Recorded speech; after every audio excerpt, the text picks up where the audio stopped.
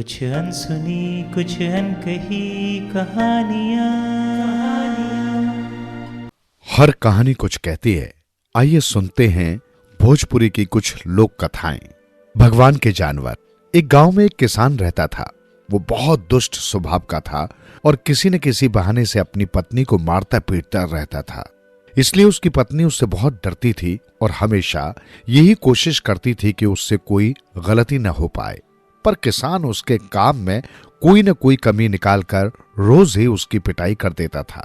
एक दिन उस किसान की पत्नी ने सवेरे से बहुत ही सावधानी से सारे काम निपटाए, जिससे किसान को उसके काम में कमी निकालने का अवसर नहीं मिला। गर्मी के दिन थे।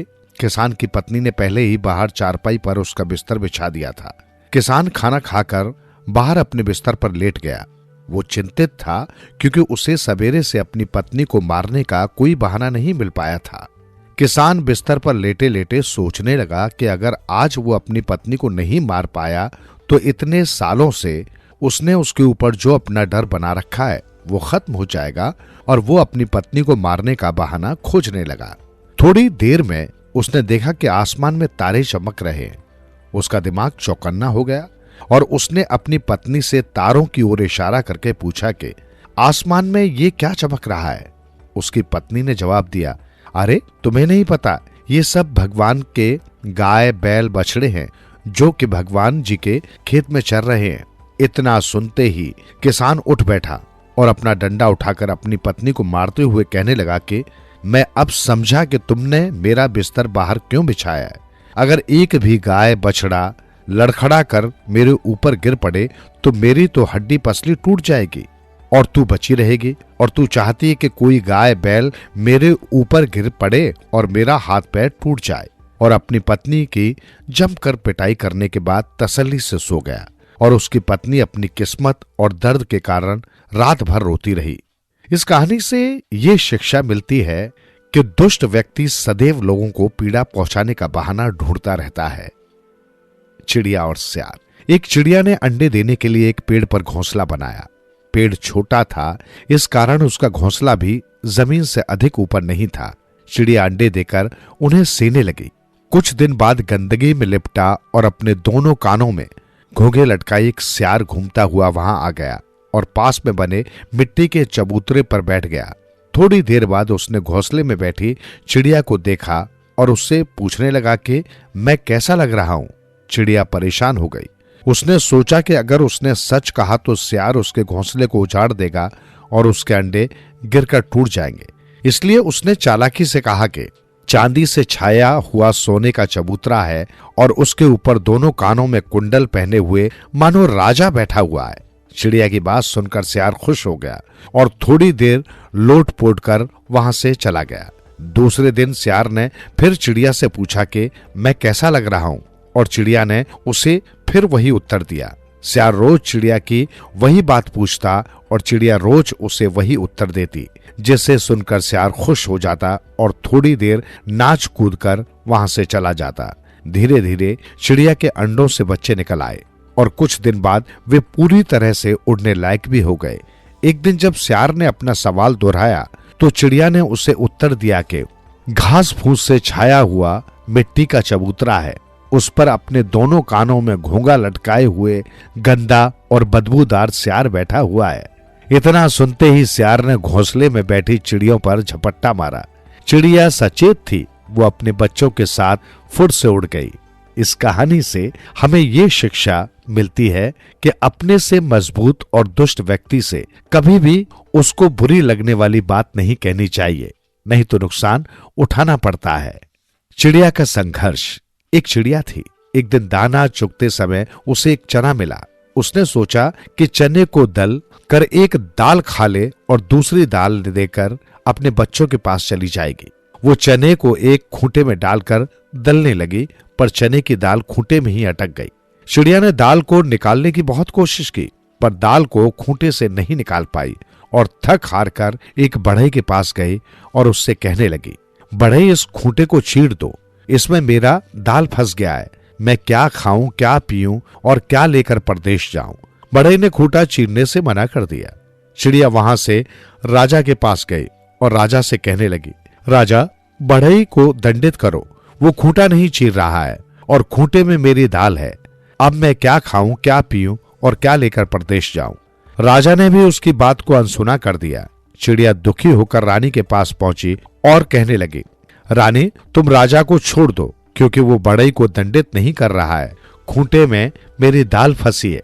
रानी ने चिड़िया को डांटा और कहा कि मैं बढ़ई को न दंडित करने के कारण अपने राजा को नहीं छोड़ूंगी।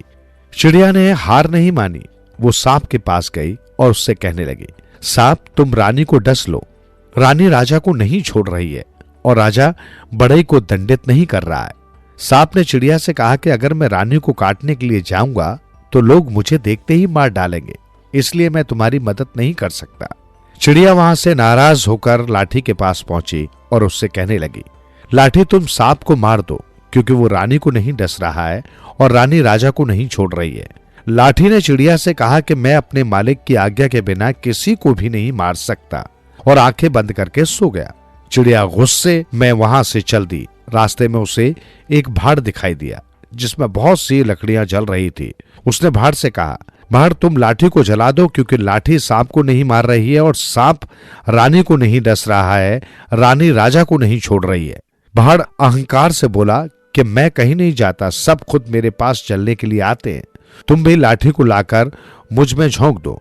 भाड़ की अहंकारपूर्ण बोली को सुनकर चिड़िया को क्रोध आ गया। वो उसे सबक सिखाने के लिए कोई उपाय सोचने लगी। तभी उसने देखा कि एक हाथी तालाब से सूंड में पानी भरकर अपने ऊपर डाल रहा है। चिड़िया उसे देखकर खुश हो गई। उसने सोचा कि हाथी सूंड में पानी भरकर भाड़ में डालकर उसको बुझा सकता है, और उसने हाथी से कहा, हाथी तुम भाड़ को बुझा दो, क्योंकि भाड़ लाठी को नहीं जला रहा है और लाठी सांप को नहीं मार रही है, सांप रानी को नहीं डस रहा है। हाथी ने उसे मना कर दिया और मस्ती में नहाता रहा। चिड़िया ने हिम्मत नहीं हारी।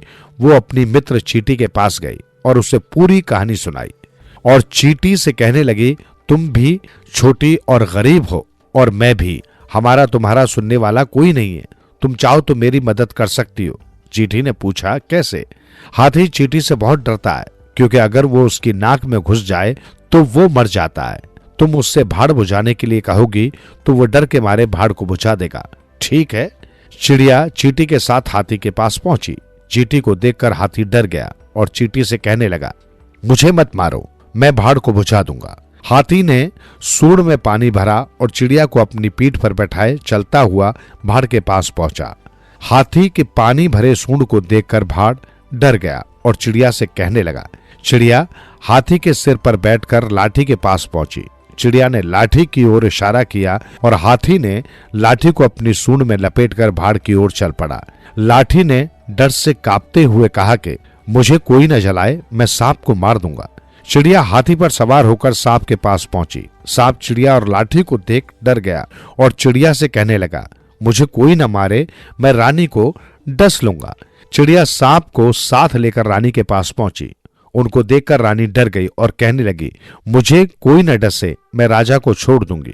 जब राजा को पता चला कि रानी उसे बढ़ई को दंडित न करने के कारण छोड़कर जाने वाली है, तो वो घबरा गया और रानी से कहने लगा, मुझे मत छोड़ो, मैं बढ़ई को दंड दूंगा। राजा ने जब बढ़ई को बुलाया तो वो डरता हुआ राजा के आगे हाथ जोड़कर खड़ा हुआ और कहने लगा, मुझे कोई दंडित न करे, मैं खूंटा चीर दूंगा। और वो चिड़िया के साथ कुल्हाड़ी लेकर खूंटे के पास पहुंचा। कुल्हाड़ी लिए हुए बढ़ई को देखकर खूंटा डर गया और बढ़ई से कहने लगा, मुझे कोई न चीरे, मैं अपने से फट जाऊंगा। खूंटे ने अपनी दरार को चौड़ा कर दिया और चिड़िया दरार में फंसे चने की दाल को लेकर फुर से उड़ गई। इस कहानी से यही शिक्षा मिलती है, संकट के समय लोक में अपने समान लोग ही सहायक होते हैं। बड़े और सामर्थ्यवान लोगों से मदद की आशा करना व्यर्थ होता है। सुनते रहो दिल से यूं ही कहानियां। कहानियां आपकी, हमारी और सबकी, जो दिलों को छू लेती है। सुनते रहें कहानियां।